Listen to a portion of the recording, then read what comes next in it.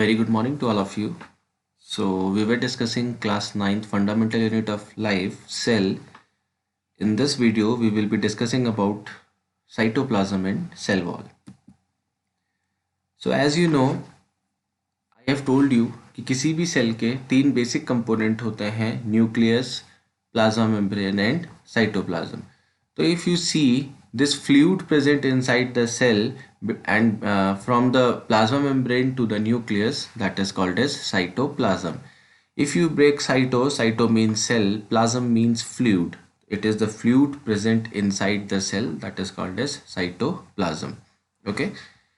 The cytoplasm towards the outer side, इधर की तरफ का जो साइटोप्लाज्म है इसे एक्टोप्लाज्म और न्यूक्लियस के पास का जो साइटोप्लाज्म होता है इसे एंडोप्लाज्म कहते हैं. Now the question arises what is the use of this fluid. First of all you should understand, जैसे इस डायग्राम में देखिए, we have spoken of eukaryotic cell और यूकैरियोटिक सेल में ऑर्गेनेलीज होती हैं. तो यदि आप देखेंगे तो सारी ऑर्गेनेलीज साइटोप्लाज्म में ही पाई जाती हैं. तो फर्स्ट इज द फंक्शन की it provide a place where organelles are found. Second, ये वो जगह है जहाँ पे सेल के अंदर की रिएक्शंस होती हैं, किसी भी सब्सटेंस का बनना, ब्रेकडाउन होना, मूवमेंट होना, ये सब तब पॉसिबल है जब यहाँ पे एक फ्लूइड प्रेजेंट है, that is cytoplasm. Okay. Third, movement of substances across the cell. Cytoplasm में किसी भी सब्सटेंस का मूवमेंट होता है. अब आप समझिए कि suppose this is a fluid here and let's say this fluid is moving. Okay, this fluid is circulating. ये fluid यहाँ से हल्के हल्के हल्के हल्के ऐसा मूव कर रहा है, इसको कहते हैं साइटोप्लाज्मिक स्ट्रीमिंग. साइटोप्लाज्मिक स्ट्रीमिंग का मतलब हो गया साइटोप्लाज्म का स्लो मूवमेंट होना. तो ऑब्वियस सी बात है, if there is something present in the cytoplasm, it will also move along that, and that's why we say that cytoplasm helps in the movement of substance across cell. Okay, so these are some of the functions of cytoplasm. Also remember, presence of cytoplasm is an indication that cell is living in nature. अगर हम कहते हैं कोई cell living है तो उसमें दो feature बहुत इंपॉर्टेंट होंगे, न्यूक्लियस और साइटोप्लाज्म. तो it also tells about the state of cell whether it is living और dead. Okay. The another topic which we has to cover here is cell wall. So we have spoken of plasma membrane, that it is the outermost boundary. Suppose see here, this portion, this yellowish portion is called as plasma membrane. So in some of the organisms, or I'll say in many organisms, outside the plasma membrane there is a protective covering which is hard in nature, solid in nature, like that is represented here by green color, and this outermost covering is called as cell wall. तो plasma membrane के बाहर की एक hard layer, एक solid layer, that is called as cell wall. और ये now you should know that this cell wall is not present in our cells. Animal के cells में सेल वॉल एब्सेंट होते हैं. It is basically found in bacteria, plants and fungi. अगर bacteria की बात करें तो वहाँ पे जो केमिकल है it is made of peptidoglycan. Plants की बात करें it is made of cellulose. तो एक प्रकार का कार्बोहाइड्रेट है, वैसे सबकी ही सेल वॉल कार्बोहाइड्रेट की बनी होती है. एंड फंजाई में we say that it is made of chitin. तो basically we have to understand that it is a layer, and in plants it is made of cellulose. Now what are the functions of cell wall?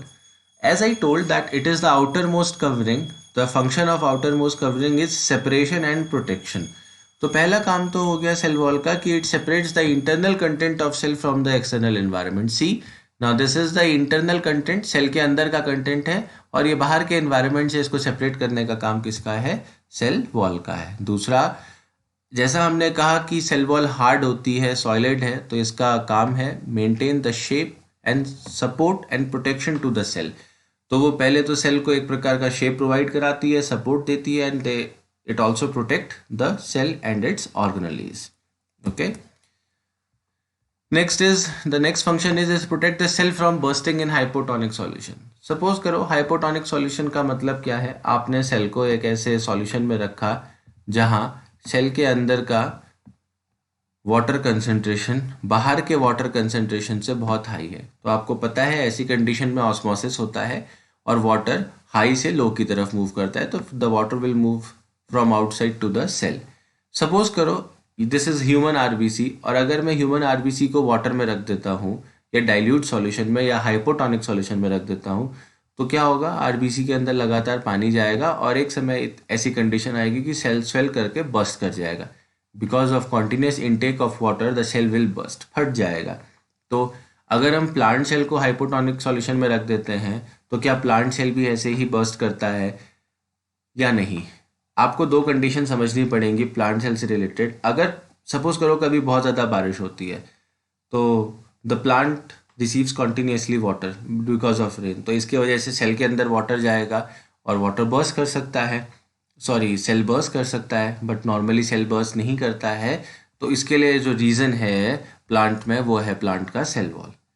Okay, अगर cell wall नहीं होगा तो plant cell भी normal हमारे sales की तरह burst कर जाएगा जब उसको हाइपोटोनिक सॉल्यूशन में रखेंगे। अब ये होता कैसे है, तो सबसे पहले सेल पानी अंदर लेगा, सीधी सी बात है, आपने हाइपोटोनिक सॉल्यूशन में रखा है तो water will move inside the cell. आप देखेंगे यहाँ पे this structure is called as vacuole. Let say water moves inside the cell and जिसकी वजह से सेल क्या हो गया, फूल गया, टर्जिड हो गया। अब एक समय के बाद क्या होगा, जब when it has taken enough water, जो ये सेल है इंटरनल कंपोनेंट, ये सेल वॉल की तरफ क्या करेगा, प्रेशर लगाएगा। The cell will apply pressure against the cell wall. जो इंटरनल कंपोनेंट्स हैं वो सेल वॉल के अगेंस्ट प्रेशर लगाएंगे, इन टर्न सेल वॉल अंदर की तरफ को प्रेशर लगाएगा। अब इस प्रेशर लगाने की वजह से क्या होगा, क्योंकि दोनों प्रेशर बराबर हैं but they are in opposite direction, तो इसकी वजह से क्या होगा कि the further entry of water will be retarded. अब और ज़्यादा पानी सेल के अंदर नहीं जाएगा। So this is how cell is protected in the hypotonic solution. Now suppose the cell wall is over बेटा। नाउ सपोज अगर आप सेल को हाइपरटोनिक सॉल्यूशन में रख देते हैं, हाइपर का मतलब होता है जब सेल के अंदर वाटर कंसंट्रेशन बाहर के मीडियम के मुकाबले ज़्यादा है। Okay, let's say sunny day में the plant is receiving continuous sunlight, तो आपको पता है प्लांट में से वाटर का लॉस होता है, तो एक समय के बाद प्लांट के जो सेल्स हैं वो सूख क्यों नहीं जाते, ड्राई हो जाते हैं, नहीं हो जाते हैं, ड्राई क्यों नहीं होते? The question should be like this.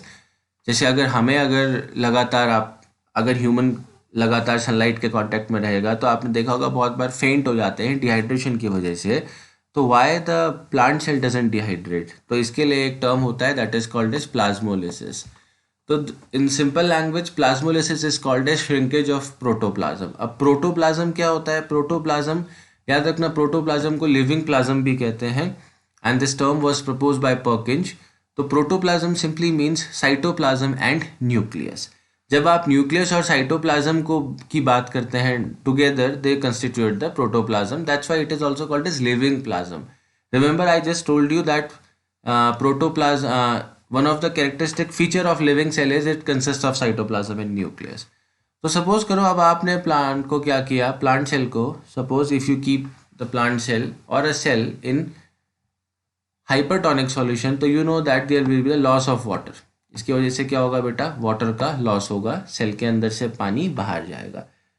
तो when sufficient amount of water will move, तो अब डिहाइड्रेट होने वाली कंडीशन आ सकती है। तो उससे बचने के लिए सेल का जो प्रोटोप्लाज्म होता है, see this nucleus and this cytoplasm, ये श्रिंक कर जाएगा, सिकुड़ जाएगा, अंदर की तरफ को चले जाएगा। ठीक है, अगर ये अंदर की तरफ को चले गया तो इसकी वजह से क्या होगा, फर्दर वाटर लॉस रुक जाएंगे या फर्दर वाटर का movement will stop and this is called as shrinkage of protoplasm, that is plasmolysis. इसका सबसे बड़ा एडवांटेज ये है कि ये सेल को क्या करता है, ड्राइंग से बचाता है, सूखने से बचाता है, एक्सेसिव वाटर लॉस से प्रोटेक्ट करता है। आपने दिन के टाइम पे देखा होगा प्लांट मुरझा जाते हैं इन हैवी सनलाइट। तो मुरझाना प्लांट का अपना एक मैकेनिज्म है दिन के टाइम पे, ताकि वो जब हम जैसे बाहर से देख रहे हैं कि प्लांट मुरझा जा रहा है दिन में, it is basically nothing, it is under going plasmolysis. Okay, जैसे ही फिर थोड़ा सनलाइट कम होती है तो आप देखेंगे प्लांट, आप वाटर करते हैं अगर, तो प्लांट फिर से नॉर्मल हो जाता है। Okay, this is called as plasmolysis. So that is all for today. In case of a query, just let me know. Thank you.